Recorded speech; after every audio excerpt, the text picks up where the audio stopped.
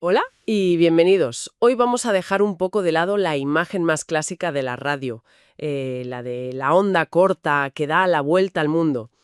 Nos vamos a adentrar en un territorio que es casi una disciplina aparte, una frontera técnica que opera al límite de lo visible y donde cada milímetro es crucial. Hablamos del universo de las microondas en la radioficción. Y para este análisis a fondo, la verdad es que tenemos un material de partida muy interesante. Por un lado, los documentos formales, reglamentos, los planes de bandas de la IA-ARRU, que son como los mapas del territorio, ¿no? Y por otro, textos casi históricos que explican la física de cómo viajan estas señales. Y finalmente, reflexiones más actuales que intentan responder a una pregunta clave. ¿Por qué alguien se metería en un jardín tan complicado? Pues es que esa es la pregunta del millón, ¿verdad? Y nuestro objetivo hoy es precisamente ese. Primero, pues vamos a delimitar el terreno, a definir qué son exactamente las microondas en este contexto. Después, exploraremos las técnicas que a veces son, bueno, casi inverosímiles, que se usan para superar la barrera más obvia, el horizonte. Pero sobre todo, intentaremos meternos en la cabeza de esta gente para entender la motivación, el motor que impulsa esta faceta tan experimental y, seamos sinceros, tan exigente de la afición. Pues empecemos por el principio. Si yo enciendo un equipo, ¿en qué punto del dial he cruzado esa frontera y he entrado en el mundo de las microondas? Porque vamos, no creo que haya una señal de bienvenidos a las microondas, ¿no? No hay una línea pintada, pero sí un consenso bastante claro que nos dan los propios reglamentos. Generalmente se considera que el territorio de las microondas empieza a partir de 1 GHz. 1.000 millones de ciclos por segundo. Exacto. El espectro se organiza en categorías. UHF, frecuencias ultra altas, que es donde empezamos a asomarnos. Luego SHF, las super altas. Y finalmente EHF, las extremadamente altas. En la práctica, la mayoría de los radioaficionados consideran que la verdadera aventura, digamos, comienza en la banda de 1.2 GHz. Vale, 1.2 gigahertz. La cifra impresiona, pero sigue siendo un poco abstracta. Una de las cosas más fascinantes de la radio es que las ondas tienen un tamaño físico. Para que podamos visualizarlo, si pudiéramos ver estas ondas, ¿con qué las compararíamos? ¿Qué tamaño tienen? Es la mejor forma de entenderlo, sin duda.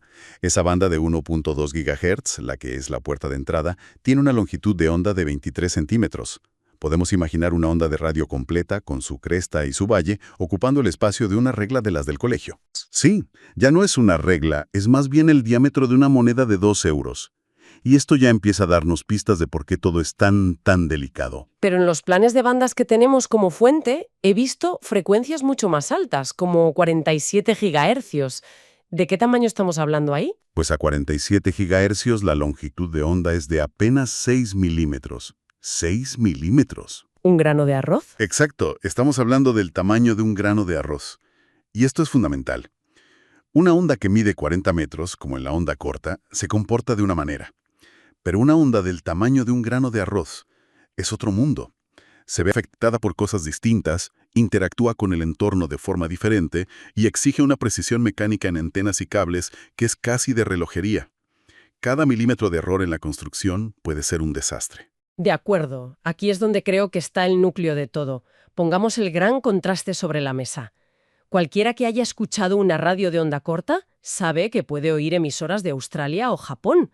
La señal rebota por el cielo y llega al otro lado del planeta.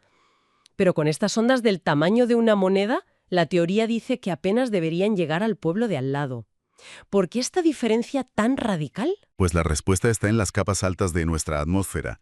La onda corta le debe su existencia a la ionosfera.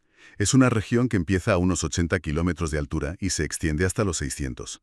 Ahí, la radiación ultravioleta del Sol es tan intensa que arranca electrones de los átomos de gas. Crea una especie de plasma. Y esa capa de plasma actúa como un espejo, ¿no? Exacto.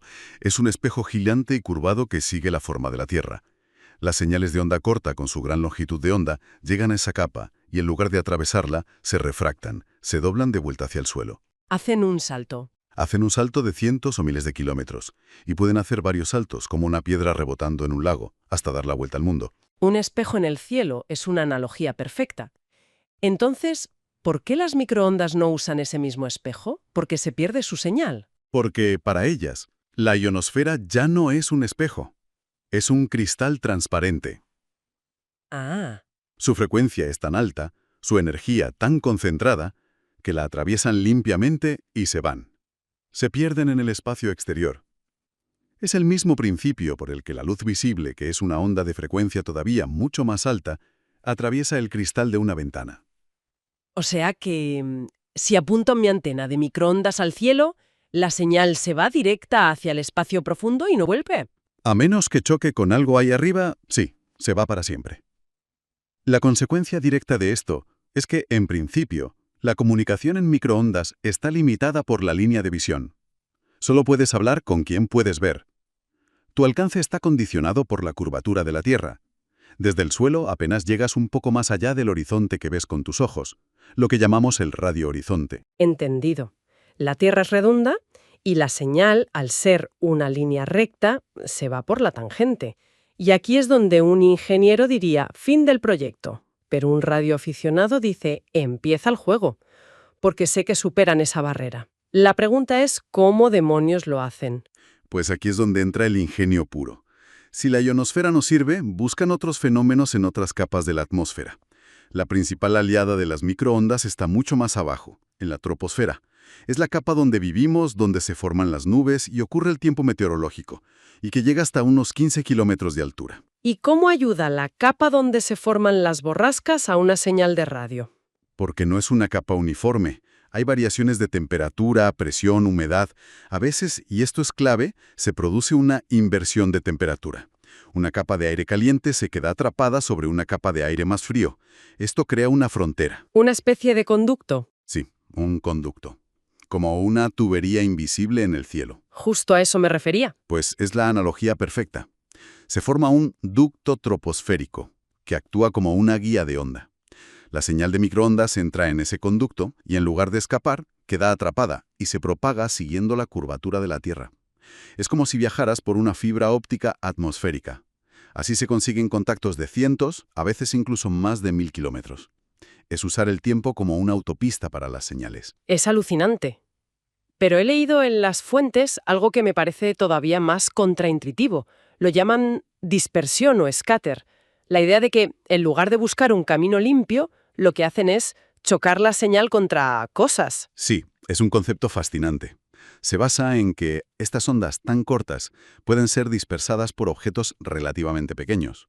Y el mejor ejemplo es la dispersión por lluvia o rain scatter. Espera, las gotas de lluvia. La misma lluvia que nos moja. La mismísima.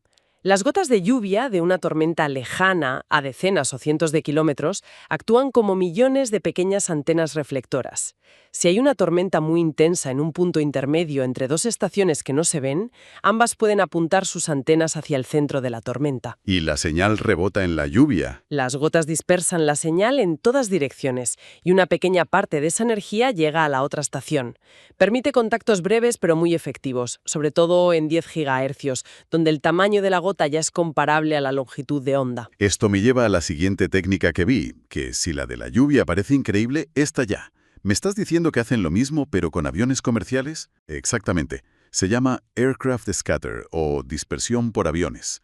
Un avión es en esencia un objeto metálico muy grande y muy buen reflector, que se mueve a 900 km por hora a 10.000 metros de altura. Pero, ¿cómo funciona eso en la práctica? No me digas que abren una aplicación de seguimiento de vuelos y se ponen de acuerdo para apuntar al mismo Airbus A320. Parece una locura de precisión. Pues es que es exactamente así como funciona. No me lo puedo creer. Usan software que, con los datos de vuelo en tiempo real, calcula el punto exacto del cielo al que deben apuntar sus antenas parabólicas para que la señal de uno rebote en el fuselaje del avión y llegue al otro. Es un ballet de una precisión asombrosa. El contacto dura apenas unos minutos, el tiempo que el avión está en la posición geométrica correcta para actuar como un espejo móvil. Esto ya roza la ciencia ficción. Pero nos queda la técnica reina, la más épica y desafiante de todas, la que convierte a nuestro satélite natural en parte del equipo de radio. El rebote lunar, o EME por sus siglas en inglés, Earth, Moon, Earth. Si lo del avión es un ballet, el EM es una odisea espacial desde el jardín de casa. El concepto es engañosamente simple. Envías una señal potentísima y muy concentrada con una gran antena hacia la Luna. La Luna actúa como un reflector pasivo. Y muy, muy malo, por cierto. Es como apuntar una linterna a una bola de carbón. Y se intenta escuchar el eco de vuelta. Hablemos de las dimensiones de este reto, porque la distancia es sencillamente abrumadora. La señal tiene que viajar hasta la Luna y volver. Es un viaje de ida y vuelta de, en promedio, unos 780.000 kilómetros. 780.000. Sí. Esto introduce un retardo de unos 2,5 segundos entre que transmites y recibes. De hecho, la primera prueba de que tu sistema funciona es ser capaz de escuchar el eco de tu propia transmisión 2,5 segundos después de haberla enviado. Y la señal que vuelve debe ser increíblemente débil. Perdona que te interrumpa, no es débil, es lo siguiente. A menudo la señal del eco está por debajo del nivel del ruido de fondo cósmico. Para. Si está por debajo del ruido, ¿cómo demonios saben que está ahí? ¿Qué clase de brujería digital es esa? Parece físicamente imposible. Ahí está la magia de las matemáticas. Se usan técnicas de procesamiento digital de la señal, como la transformada rápida de Fourier, que son capaces de analizar un fragmento de ese ruido y encontrar patrones coherentes y repetitivos. El oído humano no oiría absolutamente nada, solo siseo, pero el ordenador es capaz de extraer esa señal fantasmal del caos. Es como buscar una aguja en un pajar de ruido cósmico. Y por si no fuera suficiente, la física del movimiento añade más problemas, ¿no? He leído sobre los efectos Doppler y Faraday. Dos complicaciones enormes. Primero, el efecto Doppler. La Tierra rota y la Luna se mueve, así que hay un movimiento relativo constante. Esto hace que la frecuencia de la señal que vuelve esté desplazada. Segundo, el efecto Faraday. Al atravesar la ionosfera, el campo magnético de la Tierra hace que la polarización de la onda rote. Es como si la señal saliera vertical y volviera horizontal. Si tu antena no está preparada para eso, la señal desaparece. Todo esto de rebotar en la Luna o en un avión de Ryanair es alucinante, pero suena a hazañas de fin de semana, a récords. ¿Hay gente usando estas bandas para algo, digamos, más rutinario? ¿Tienen un propósito más allá del puro desafío técnico? Por supuesto. Tienen aplicaciones muy prácticas y consolidadas. Una de las más habituales es para los enlaces entre sistemas repetidores. Imagina 2 repetidores encima de 2 montañas que se ven. Puedes conectarlos con un enlace de microondas. Creas una red de comunicaciones muy fiable y con gran ancho de banda, sin depender de Internet ni de cables. También he visto muchas referencias en los documentos a la televisión de aficionados, la ATV. Efectivamente, una de las grandes ventajas de las microondas es que disponen de mucho ancho de banda. Y para transmitir vídeo necesitas ancho de banda. Así que los planes de la IARU reservan segmentos específicos, por ejemplo en la banda de 1240 MHz, para la transmisión de televisión en tiempo real y, por supuesto, los satélites. Muchos operan en microondas por eso para tener más capacidad de datos y escapar del ruido de frecuencias más bajas. Queda claro que esto no es para principiantes. El nivel de exigencia técnica debe ser altísimo en todos los aspectos. Lo es, y creo que esa es una parte fundamental del atractivo. Aquí no valen las chapuzas. Con longitudes de onda de centímetros o milímetros, la precisión mecánica es la ley.